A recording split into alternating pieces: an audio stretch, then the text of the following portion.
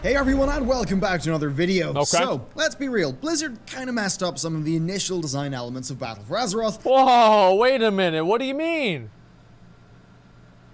What is this Blizzard hater? What, he doesn't even like the game? What the fuck is this? This guy hates the game. Can you believe it? Oh my god. This mindless hating is ridiculous. 11-second pause record? No, it's not. I paused on the second before. And you know what? They've pretty much said that themselves. Patch 8.2 was Blizzard's first large-scale patch that had a lot of lead time. Their first proper opportunity to respond to the deeper design problems of Battle for Azeroth, instead of the immediate firefighting that they were limited to doing with patch 8.1. Then also, based on past expansion timelines, well, this is when quite a lot of the team is going to be shifting over to the next expansion and doing a lot of work on it.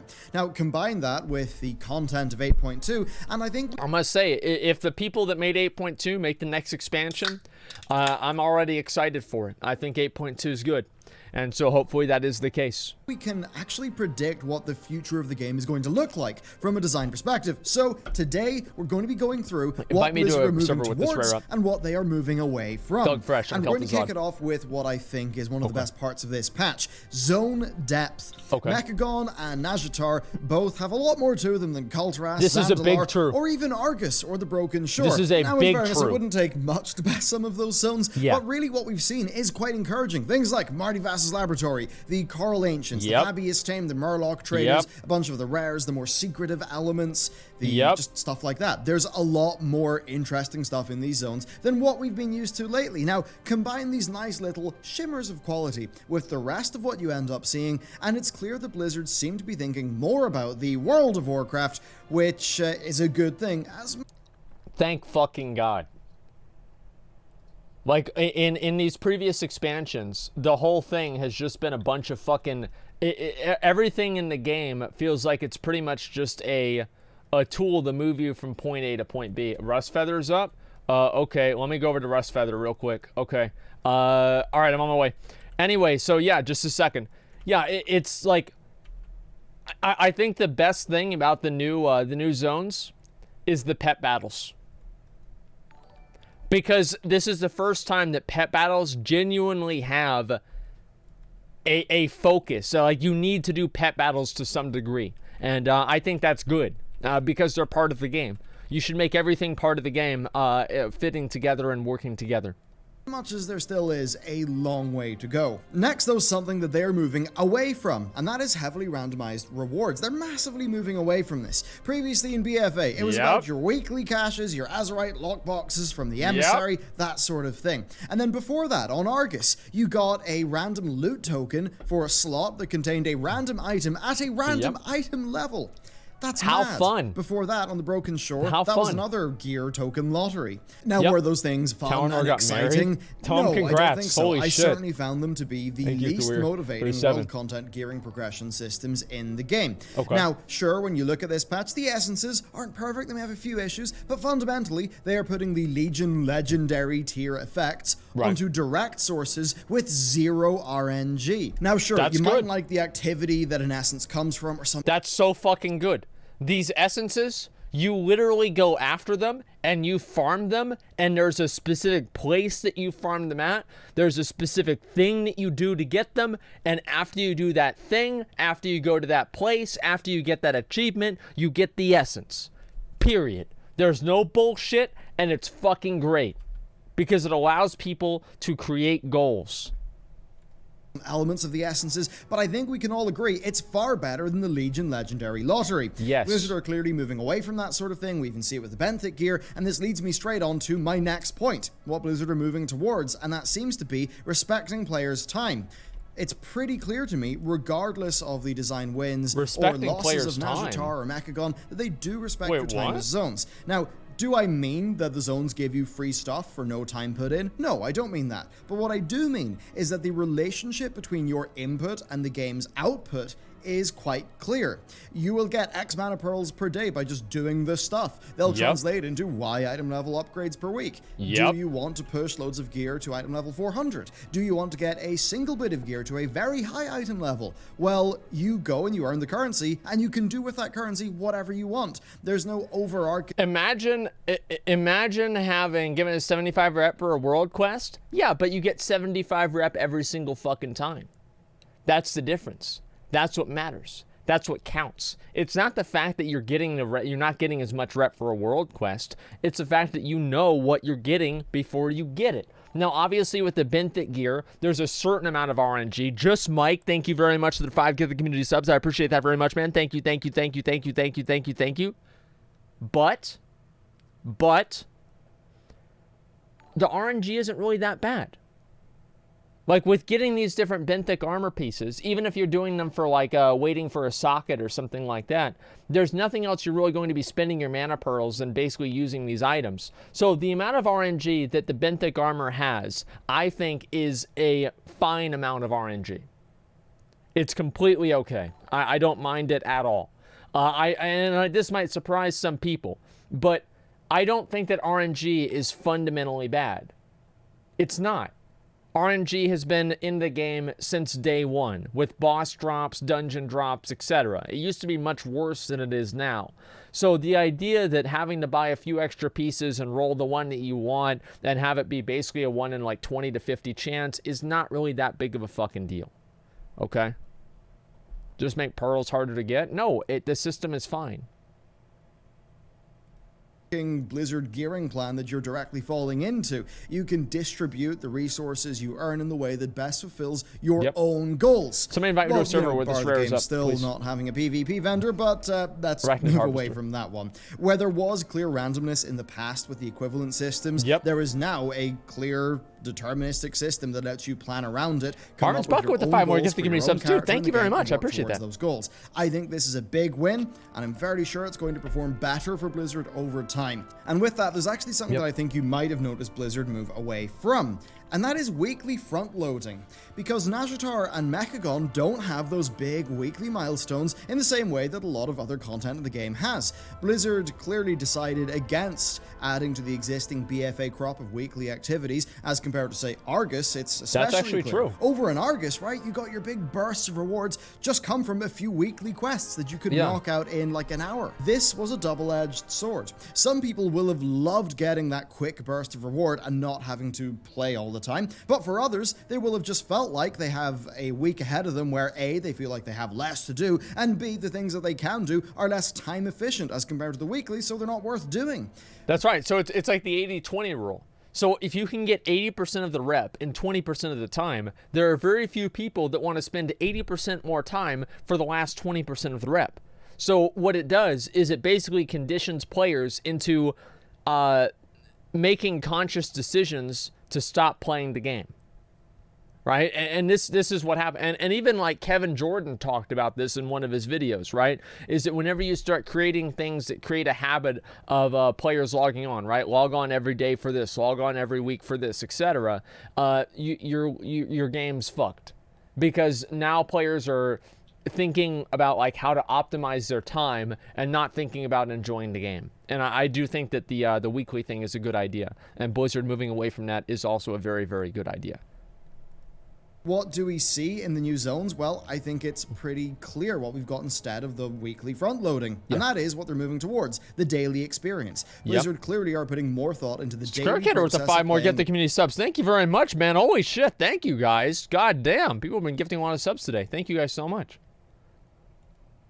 World of Warcraft. Both of the game's 2 new zones do have wide-spanning achievements over weeks and weeks and weeks, but the gameplay really is heavily focused on the daily content, shifting away from those weekly meta tasks that we've seen a lot of in the past. Now, what has this resulted in? Well, I think split opinion. I think to some people it feels like too much Shadows stuff. with the 5 more Likely subs. Thank you so much, they wouldn't be doing that content anyway, but maybe have decided to force themselves through it to get the best benthic gear quick, so that could be a balance issue. But then on the other side of that, clearly a lot of people have found this to be very motivating and are playing a lot of the game. Now, what's this actually done for the game? Well, I think what's happened is that it's combined with the depth that those zones have.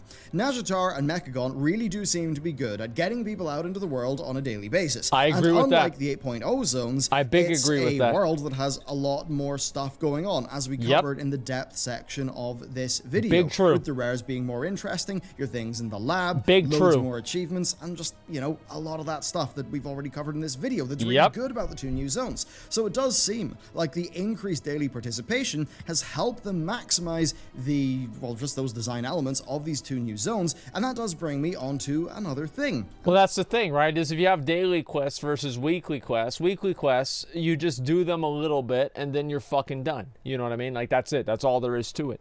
And I feel like that whole dynamic of having the weekly quests that only take, like, maybe 20 minutes to do, it's probably the most indirectly demotivating thing that the game has ever created, because it basically gives players a way to budget out their time and see how much is 1 hour of my time worth doing this versus doing something else. And whenever you remove the weekly component to it, you just have people working towards the goal at their own pace every single day, which I think is substantially better. I like that a lot more.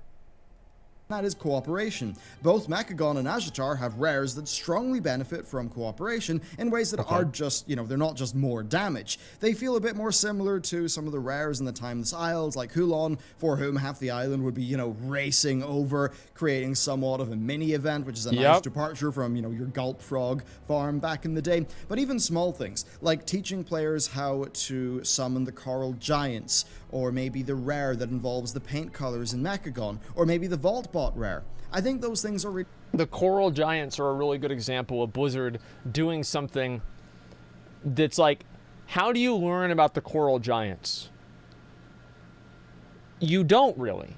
You learn about them through other players. And I think that Blizzard took a big risk by creating content like that and making it as rewarding as it is. So whenever you're learning about content from other players, that's an interaction that you have. And even if you're reading about it on a fan website or whatever, you're still going out of your way to seek that knowledge. And I think the process of seeking the knowledge invests players more in the game, and I think it's better for the game overall. So I really like the Coral Ancients and the way that they work. Fantastic. They're nice cooperative gameplay, and perhaps that's Blizzard just thinking that they really can do a lot to make the experience of running around the World of Warcraft feel more like an MMO in a sort of natural cooperative way, as opposed to, say, straight up grouping. And I think that is a good thing to have across the world. But speaking of cooperation, well, we've got the battle for NAZJATAR. Now, this has been a mixed bag because of problems with the game's sharding system, but fundamentally, I think it's a great idea. Throughout BFA, we really have seen Blizzard begin to use War Mode more and more and more, and this is really their best new example. I mean, sure, a few problems aside. And I think this means we're going to see a lot more of this happen in the future. I wouldn't be surprised if, like, the game's next expansion continent would have events like this going on in it. Well, they did this back in Burning Crusade even, right? And can somebody invite me up to a realm where the Arachnid Harvester is up? If he's up on your realm with War Mode off, please go ahead and invite me. Thug Fresh on Kel'Thuzad. They did this back in Burning Crusade. They had the PvP events in Hellfire Citadel, in Zangar Marsh, and in the Grand. And nobody really did any of the ones besides Hala and the Grand. Nobody cared about the Zangar Marsh one. I don't even remember how it worked. And the Hellfire Citadel one was just, it was like whack-a-mole. You'd capture one, then they'd capture the other one, then you'd go to the one that they captured, then they capture the one that you captured. It's just like really fucking annoying. But the point is, right, is that they've done this a number of times and it hasn't really worked out that well. I think that now it's much better than it used to be. So I'm going to say that's a big positive there. Though, sure, PvP might not narratively make sense in the next expansion, but regardless, I think one thing is clear, World PvP is in. Sure, it's not for everyone, that is the case, but I do think that it can add another excellent layer of gameplay to the world, one that, combined with the deeper zones, it's fucking awesome. will make the world feel a lot less lifeless, and that is a really good thing. But of course, not all events are the Battle of NAZJATAR. We also have our next thing, Terror from the Deeps, and just the idea of events, which they might be moving towards. It was pretty cool to see a zone-wide event in NAZJATAR, but I will admit I was let down by its scale and it just being that one. Okay. Can we talk about these dumb fuck stupid, goddamn motherfucking things that spawn underneath the Eye of Azshara, this guy right here, that just instantly kill you and you don't even know where the fuck they are. Like, and they spawn under the water. I am so sick of that stupid ass shit, dude. Like, I fucking hate the Arcane Ores. They're so bad. They're so fucking bad. And like, what do you even get out of this? Like, I don't even know. The Fury of the Deep. I genuinely have no idea how this benefits my character at all. Like, I have no clue whatsoever. Does it, like, give me some sort of, like, cool thing? 50 rep. Really?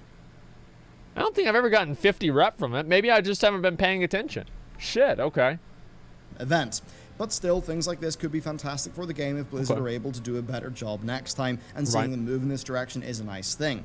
Now, they're going to need more events that have more impact in the zone. Going back to, say, even patch 5.3 of Mists of Pandaria, there was a lot that they could lift from there. Now, of course, that patch had issues, but it did have things like the Caravan raiding event, the defense events. I think there was one or two others. Sure, wasn't a great patch overall, but I think those things would really be a welcome feature in a deeper zone, one that has benefited from all the other stuff that we've talked about in this video. Great. So hopefully this PvE event in NAZJATAR is an indicator that Blizzard want to do more of that in the future. But we next, hope. Let's just totally change pace. Storytelling, right? The storytelling in Battle for Azeroth is quite something, and there's a key difference in format between it and Legion. Now, sure, both expansions are heavily relying on their transmedia narrative content to tell their story, which I do kind of disagree with as a general way of doing things, but a key difference in transmedia means that they're using multiple different ways. So, like, some of the media, some of the wars in the books, some of the wars in the game, some of the wars on the website, etc., right?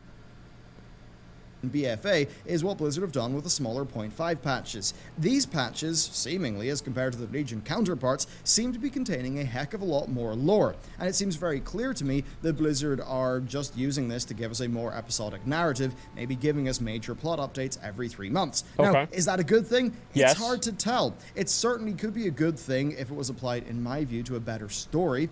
I think it could work out really well. After all, if they can use this format to increase their narrative screen time, it could do good things. And sure, so far we've only seen this in patch 8.1.5 with its narrative stuff. 8.2.5 hasn't came out yet, but I think from looking at the story of 8.2, knowing where 8.3 is probably going to go, 8.2.5 clearly has a lot of work that it's going to have to do. But let's move on to something totally different that Blizzard are moving towards, and that is a shift in reward design philosophy. You see, between NAZJATAR and Mechagon, we've got quite a lot more in the way of character progression that's not tied to item level. The mounts this time are a bit more involved. The rares are a bit more involved. On the whole, they're not more involved. It just takes longer to get them. I mean, let's be honest. How many fucking times have I flown over to Mechagon to try to kill Rustfeather and the Arachnid Harvester? I'm getting fucking tired of it. Like, but I mean, the reason is because they made the drop rates a lot lower. Like, I did this all the time. Like, I probably killed these rares 70 times or something like that. It's been insane. From horses to seahorses. Yeah, exactly. Doesn't matter if you get invited to another shard. No, because I still have to ride every character out there. I still have to wait for an invite to another shard, and I could just join pre-made groups whenever I'm offline anyway, like off my stream anyway. Like, it's not like it's a big deal. By the way, speaking of that, can somebody invite Faustus, alt0224, alt code, I think it's alt0224, up to a server that has Rustfeather or the Arachnid Harvester up. I'm going to try and get the rares on this character too. They do take a lot longer. The mounts take a lot longer to get this time around. In Argus, you literally just killed the mobs, got the mounts, and that was it. It was fucking boring. Like, let's be honest, it was fucking boring. They needed to do a much better job than they did now. It does seem like Blizzard are trying to fulfill more of the RPG fantasy there. There's more to do along more axes of progression than there has been in the past with BFA, with the zone meta mounts, I think, being far superior to what we've seen recently, and then things like the paint jobs, the vinyls, the Mechagon blueprints to collect. Again, it's not perfect, but directionally, it's a step forward from what was quite dull and unmotivating in 8.0 to what I think now is a lot more compelling. And really, not all players are driven by item level. I think there's an emotional connection to one's character, and I think that is what drives a lot of why people play the game. you know, the other things aside from item level they want to collect. That's the type of thing that Blizzard, in my view, have been missing out on big time lately. And when you look at 8.2, I think, sure, maybe its tier set's visually flat, but they're doing a lot more in that regard, and it's a lot better. And then the final part of that is that a lot of it is overlapping progression, which I think generally is just a lot more satisfying when you're playing it. Next, though, more interesting gear. Blizzard have continued their Crucible of Storms gearing experiment. That's great. Like, that's fucking great.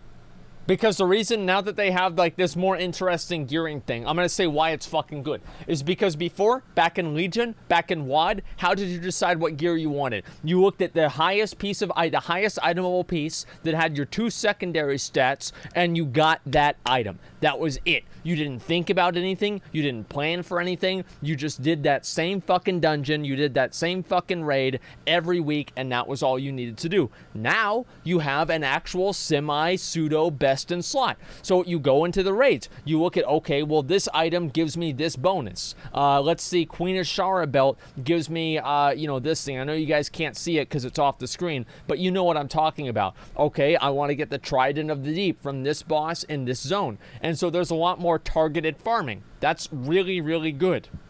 I'm going to say that's amazing. And I think they should do that much more often.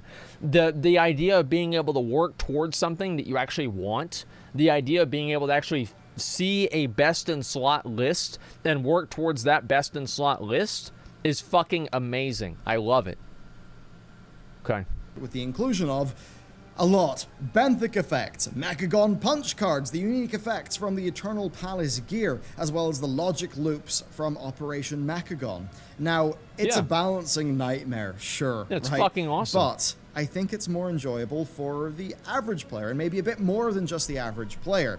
And we really have to decide on what we want here as a community. Do we want a perfectly balanced esportsy game with massive design restrictions, or do we want to... No, we don't. No, I don't want that. Nobody fucking wants that. That's the thing, is that nobody fucking wants that dog shit ass garbage. Oh wow, we want to make the game is fair. I want to make sure whenever I do an arena, I can't go up against counter combat. You know, like what the fuck is this? Just it's an MMO. Like making the game appeal to it being an esport, I think has made the game worse. The more they tried to make things fair, the worse the game has gotten. Because people don't play MMOs to be fair. They play them all day and all night to beat the shit out of somebody who only plays them all day. That's the way that it works. And then the guy that only plays them all day, yeah, he gets his ass beat by the guy that plays all day and night. But there's one dude that can only play once a week, and the guy that plays all day can beat his ass too. It's like it's a food chain, right? It's the food chain, the food pyramid, whatever that. No, it's not. That thing. That's the thing that has like vegetables and shit in it. I'm talking about the food chain, basically punching down. Exactly, the circle of life. That's what it's all about. And trickle down ganking, right? That's what it's all about. It's a circle of life or circle of death. Is you get killed by this guy who's really good, and then you go back and you kill some guy who's worse than you, then he says, son of a fucking bitch, I've got to get better at this game. And then he gets better. Like, nobody gives a fuck about it being an esport. Nobody cares. Do you know how I know that nobody cares? Because the Warcraft tournament's on right now, and it has 6,000 viewers. Nobody gives a fuck. The fact is, they want the game to be good, fun, entertaining. And you know what? That's going to be better for the players. It will be. Here's why. Because more people that are actively participating in the content are more potential viewers. Because the people that are participating in the content are going to have a higher chance of being able to watch competitive content about the content they're already participating in. Here's a good example of that. How many games do you watch for esports tournaments that you don't actively play? Probably 0. Maybe 1 if you're watching Counter-Strike or something, because it's really easy to do.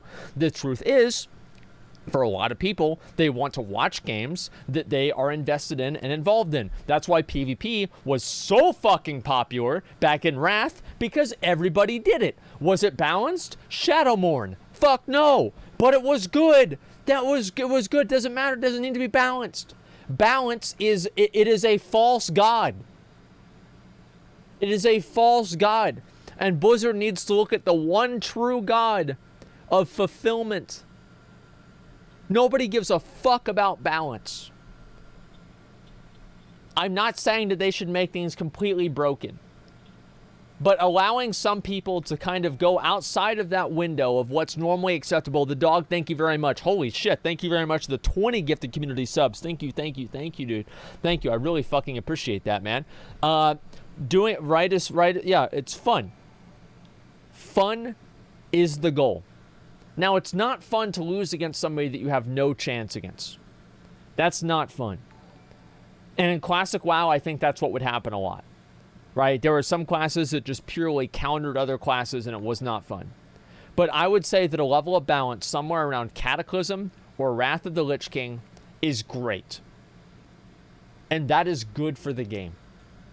Like, Wrath of the Lich King balance was, in my opinion, the pinnacle of the way the game should have worked. Okay? Mop balance was perfect. No, it wasn't. What do you mean? No, it wasn't. Like, why do people go back and they say, just because Mop had a lot of buttons doesn't mean that it was balanced? Like, God, you guys are like, people have such a hard-on for Mop because they're watching all of these high-end players that are reminiscing about it because they were really good and they knew all the buttons for it. You guys probably don't even remember all the spells that your character had back in Mop, okay? So just go ahead and give it a rest with Mists of Pandaria. Wrath of the Lich King was infinitely better, okay? Mists of Pandaria was good, okay? It was good, but I think Wrath was infinitely better. Game that is, you know, having more interesting gear that's a bit harder to balance. Fuck yeah. And my personal take might be a bit more controversial here.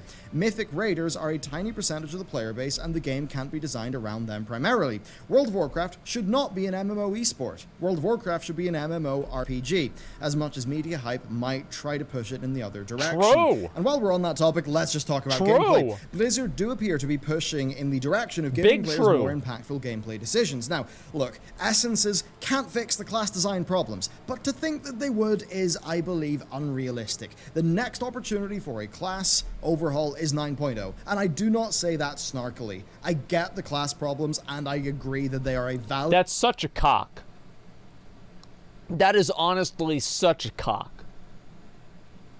I mean, Blizzard, the idea that like, oh, well, you know what? In a year and a half from now, the game's gonna be good. So why don't you just wait around until then, and maybe we'll roll the dice and we'll see if your class doesn't suck dick. That's the problem. They can't just... The idea that it's like some sort of like, oh, it's not realistic for Blizzard to overhaul and change classes in the middle of the expansion, they need to shut the fuck up with that idea. Because they can do it. They can easily do it. They can make a couple of changes to at least make it slightly better. Torben, thank you very much for the resub. This is bullshit that you have to wait for that long in order for your class to be good again. And it's not fair. It's not fair to the player base. They have to sit there and play some fucking garbage-ass version of the game for that long. No, that's ridiculous. No, no, no, no. Good reason to not play the game if they're that much of an issue. I totally agree with that. Okay. But still, for what they are, the essences are pretty good. Rather than being a fix to class design, I see them more as being like the Legion Legendaries, but with no RNG and a bit deeper customization. Let's be real, if the Legion Legendary effects worked like these essences, Legion would have been a better expansion in terms of its gameplay. Now, what the essences do show us is that Blizzard are giving us interesting choices, ways to customize our character. Now, sure, there'll be a BIS for different scenarios, but broadly speaking, the essences allow you to combine, well, you know, your essence choices with your talent tree to create a highly tailored build. And I do think that giving yourself more options in that regard is interesting character progression. So what's this going to mean for the next expansion? Well, Blizzard seem to be wary of external character progression, you know, things like the artifacts and stuff like that. They've talked about how they didn't really anticipate how badly just how bad it would feel moving from Legion into BFA in terms of your character's, like, capabilities. How the fuck would you not be able to assume that? Like, I mean, really, it was such dog shit. I don't even know how you can say that's not gonna... I mean, like, you literally have the greatest weapon of all time for your class, and you throw it away for a green. And you're surprised that players don't feel good about that?